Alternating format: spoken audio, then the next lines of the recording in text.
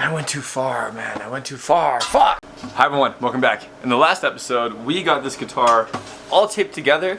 We've closed the lid, or closed the box, as they say. And very excited. I'm so excited.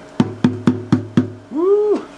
In this episode, we are going to clean this up, trim the sides, clean up the sides, and then try to get some binding on this thing. We're going to be using the spiral cut bit, whatever, flush cut bit for this next process.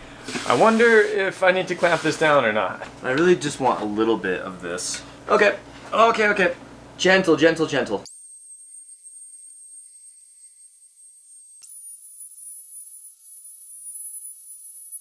Okay, so here's how we're looking. It's actually looking pretty good. Wow, that was a really bad way of showing you guys. Hold on. How's it looking? It's not bad. It's not bad at all. Yeah. Yeah, it's looking like a guitar. Let's go. Now, what we have to do is we have to clean up these sides. That's not quite flush, and the reason why is because the bearing was riding on this little hump right here. Because the walls are not completely flat right now. So we need the walls to be completely flat for the next step. The next step is to cut the next step is to cut the channels for the binding. We cannot do that until these sides are completely flat. And the reason why is because we're going to use a bit like this. The bearing's going to ride on this. And so we need this to be like 90 relative to the soundboard and the back in order for that bearing to have a nice clean 90-degree channel. You know what I'm saying? So with that being said, how do we do that? Well, I'm going to use a drill with a spindle sander on it. This one is a little bit caked up. So what I'm looking at is the like untouched wood and then these smoother pieces of wood. This is a low spot all through here and down into here. So I'm just kind of going back and forth until this is all smooth. If you look in this area in the light, like it's pretty hard to tell that it's lower. So it's only a little bit. But the issue is when you spray it with lacquer, the light, it becomes like really polished and reflective, and you're gonna see it with the light. Like any type of hump or divot or imperfection and whatnot, you see it in the finish. And so this has to be like pretty fucking good. The only like obvious concern I have is going through the wall. But walls we're at what, like 2.5 millimeters ish. There's no way I'm taking off more than a millimeter of material here. There's no way. It should be fine. And with less material on the walls, it might contribute, they might vibrate more and contribute more to the sound, so it might actually be a better sounding instrument after we're done with it.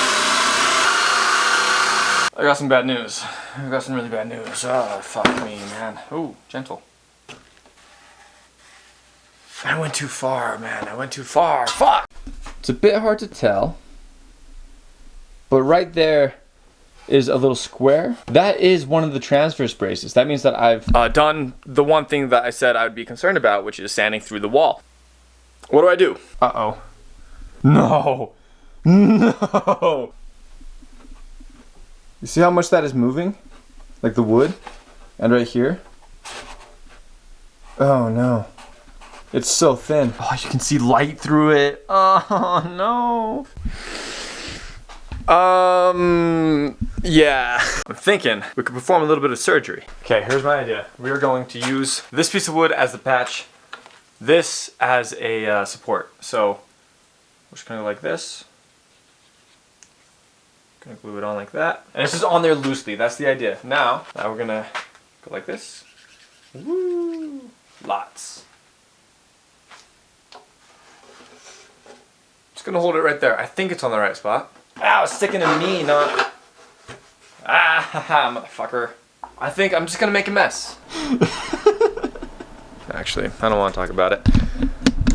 Oh, man. Fuck me. So, there are a couple of options.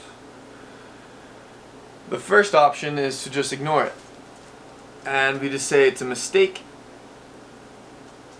And we move on.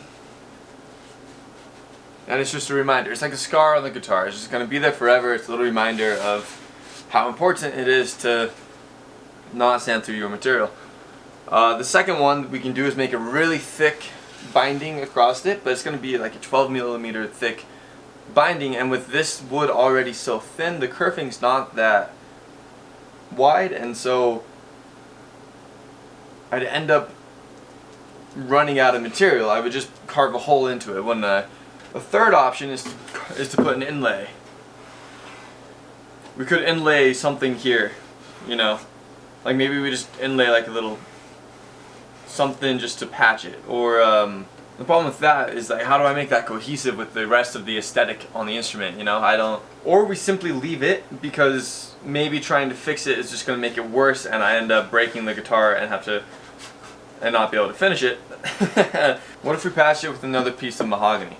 The grain won't match, obviously, but it shouldn't be that hard to cut this out, a little square, and then match this to it, inlay it, and we just have a little piece of mahogany. Okay, I think first things first, I want to clean this up a little bit better.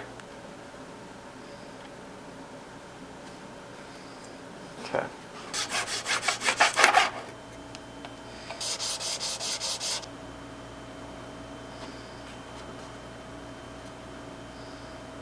Okay, I think I'm going to try going by hand first, because this is really, really thin material.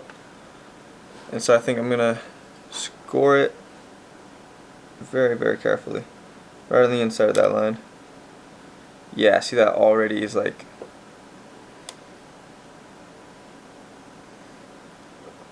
It's so light. See, that just went through. It's so thin. Ah, it's so thin. Fuck me, man. I sanded through too much. That is a very big issue. I have an idea, but my God, what am I doing? Jeez. But I have an idea to fix it.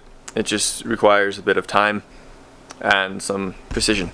I might do a sound port. I might just do a sound port. I know that's strange, but it's the only way I can think of to make it look as clean as possible. You know, I want it to be good, and putting a patch on it is going to be so obvious that it's been patched. It's not going to look intentional. It's going to look like I messed up.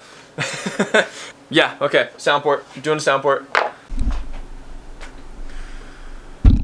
I have no idea what I'm doing, but I first want to make this symmetrical, so let's draw a...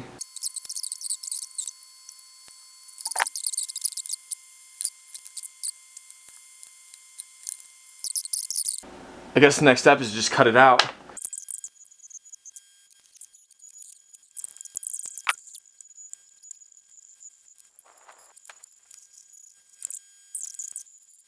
Alright, we're making progress on it.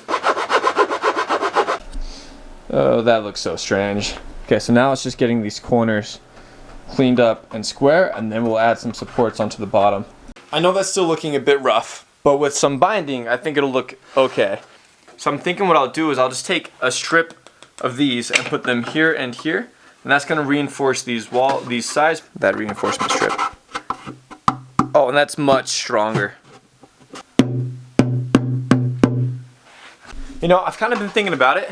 Classical guitars are held in the lap, like this. Like if you're playing a guitar and it's on your lap, and the sound hole is right here, that's going straight into your face. That might actually be a really good position for a sound hole. And you're gonna get stereo. Like if it's on this upper bout, it's just like, it's mostly left ear that gets it. Like what about the right ear? Something to think about. I don't know if that's a benefit really, but it might be nice. We'll see when it's done. I don't really know how to play classical guitar, but we'll see. We'll see.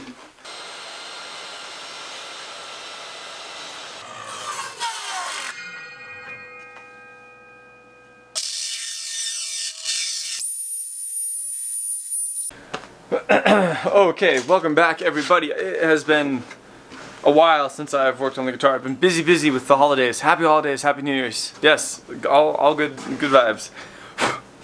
Anyways, so I've actually gone ahead and put one of the 4 binding strips onto the guitar, and I'm not incredibly happy with it. I'm not gonna take it off and do it again, because I feel like I would just be working backwards at that point. But I am committed to doing a much better job on the other ones. I'm a little worried though, because on the sound hole, on the side port, when I was routering it with the rabbit bit that I have. I ended up, the bearing dipped into it and it caused it to gouge into the back a little bit. It's really hard to see on camera. But I've gone back through and I've cleaned it up a little bit. I'm gonna clean it up a little bit more. And it seems like the only thing I need to make sure of is that I have enough material to span the gap between the soundboard and the wall.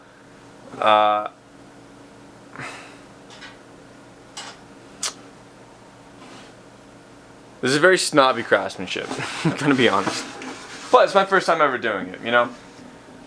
Bend some binding so that it fits into here. And we need to bend it to where it matches very well. Binding is gonna go right here, right? Kind of fits in like that, but it's gappy, and I think it's because partially the binding doesn't quite fit, but also it's hard to fit it when this edge isn't very clean. And so I'm gonna take this razor blade and very carefully start carving away a better edge.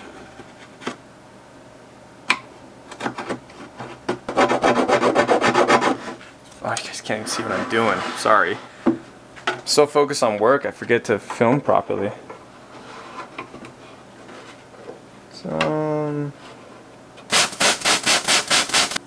it bends a lot easier when they're thin. Wow, imagine that.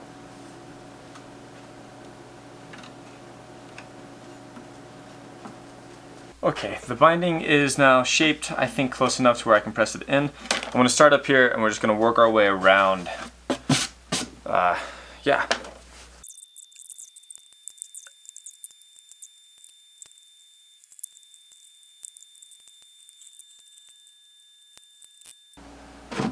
Okay. Now, we've got some gaps to fill. There's, especially right here, some gaps, and that's my bad for just being bad. This next step is gonna scare some people. Don't worry. So okay. We're just gonna get it really close to the line, or like really close to flush, and then we're gonna come back through with some sandpaper. I really hope I'm scaring all of you with my chiseling technique. I've yet to hit the soundboard though. And it's okay for me to say that. I don't believe in karma. I'll hit it if my skill is not good enough. Karma's not a player here. It's just completely up to me, the decisions I make.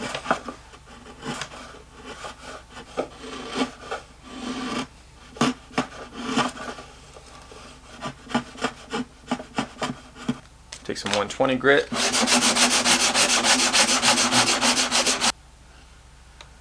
Oh, I hate it. I hate it so much. It feels so wrong. Okay.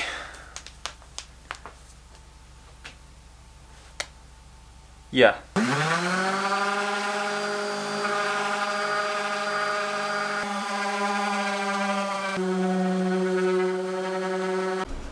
Hopefully, as you can see, if it fucking focus, there's some whiteness here and here, and that's from the super glue and the accelerant. So I'm gonna pick that stuff out and then get some better looking sawdust in there. That looks like shit. Oh my god. I didn't really film it much because it was really just like that time lapse you saw, and then it was just a bunch of cleanup. Here's how we're looking. I'll get some close-ups for you. There are some issues with it, but like gaps, you know, and it's starting to get pretty thin. It's just pretty snobby all around. Snobby? Shabby. Yeah, shabby is the word, I think. But I want to focus on the sound hole for now and get it all rounded off and make it look pretty.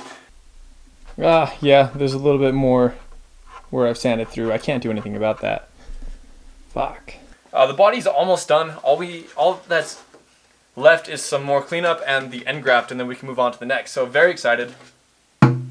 Sounds good as far as I can tell. I want to say it sounds great, but like, it sounds okay.